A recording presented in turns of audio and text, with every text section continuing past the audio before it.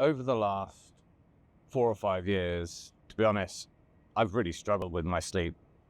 I've both had insomnia where I wake at 2 or 3 in the morning and then I'm awake for 3 or 4 hours and just cannot get back to sleep. And insomnia where I just cannot get to sleep. Things are much better these days, and I've spent a lot of time reading and researching and thinking about the best strategies for sleep. Yeah. So here in today's video, I want to share my top 10 tips. First, caffeine. I've become much more sensitive to caffeine as I've got older. When I was in my 20s and early 30s, I could easily have a double espresso after dinner, go straight to sleep, no problem at all. Now, I don't take any caffeine after midday. Occasionally 1 o'clock. If I've gone to 2 p.m., I notice it that night. So caffeine, plenty of it in the morning.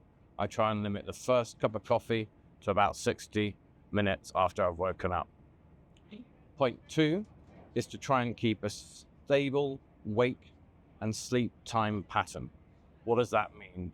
It means get up at roughly the same time every morning, and much more importantly for most of us, try to go to bed at the same time each evening. There is good evidence that this helps to support both help sleeping and the restorative nature of sleep itself. Excellent. 3, alcohol. This is a huge one for me. I've been wearing a Whoop tracking band for the last 4 years now, and one of the single most striking bits of evidence it provided me was the effect that alcohol had on my sleep and my recovery. Even relatively small amounts of alcohol would destroy the quality of my sleep, and my recovery in the morning would be much worse.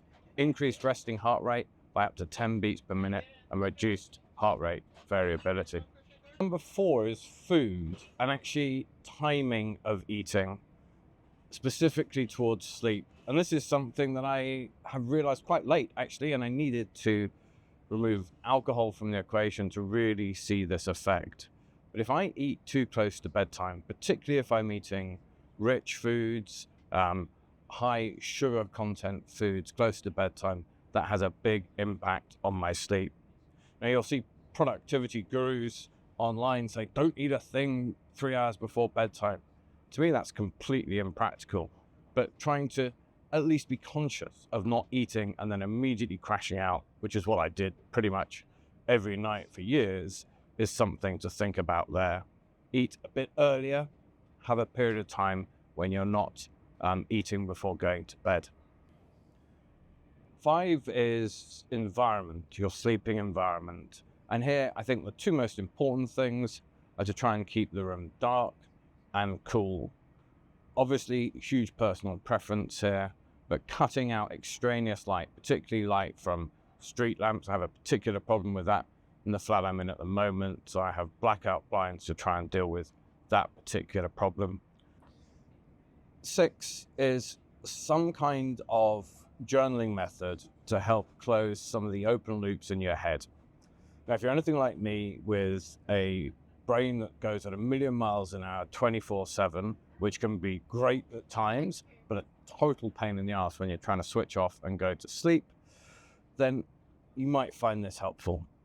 Pen and paper, simple journal, something by the side of your bed, just jot down some of those things that are whirling around, get them out of your head onto a piece of paper. And if you can supplement that with some kind of very simple gratitude list, I think that's even better. In the last year, a good friend of mine, we've got into this habit of sending each other a simple gratitude list at the end of the day. 5 simple things, sometimes very exciting things, sometimes as simple as a cup of coffee that we enjoyed, that we are grateful for that day. It's a very powerful practice, and even on very, very bad days, you could usually get to 5, and that brings a small smile. Number 7 is what the hell will you do with your phone or screens? So difficult, this one. I struggle with it constantly. Switch off, they say, an hour or 2 before bed. Phone in a different bedroom, lock it up in a box, all of those different things. Most of us use our phones as our emotional support tool. Most of us use our phones as an alarm clock. We want to be in contact with kids, etc., etc. so difficult. I'll come back to you when I've mastered this one. Until then, this is very much do as I say and not as I do. 2 hours before bed with a phone off, all screens off, a phone in a different bedroom. Number 8, supplements and sleepers.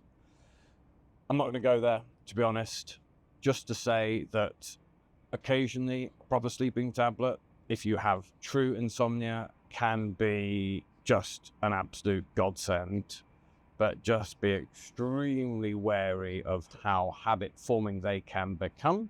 And we need to try and get into a good practice of sleep hygiene and reminding or learning how to actually fall asleep, which is often a problem for many people. Which brings me on to 9. There are some simple methods for this, and actually there are some very good apps that you can use on I don't know what, because your phone's in the room next door, right? But let's just say you have a system for this. You can have some kind of meditating app to help you get to sleep. These tools can be really good. So some kind of meditation, go to sleep app, or some kind of breath work. There's a 4-7-8 method. I might come back to a few of these things later on, which brings me on to my final point, which is 10, which is let's assume everything has gone totally tits up. Sleep has been absolutely hellish. You're totally exhausted. You've struggled through the school run, the morning at work.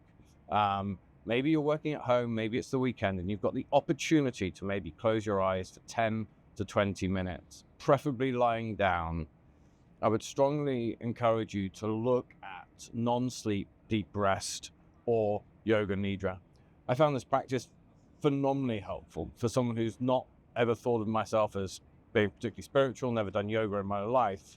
But these 10 to 15 minute practices of shutting down the system and the mind to get deep rest without sleep can be incredibly restorative. So there we are, my top 10 tips for sleep.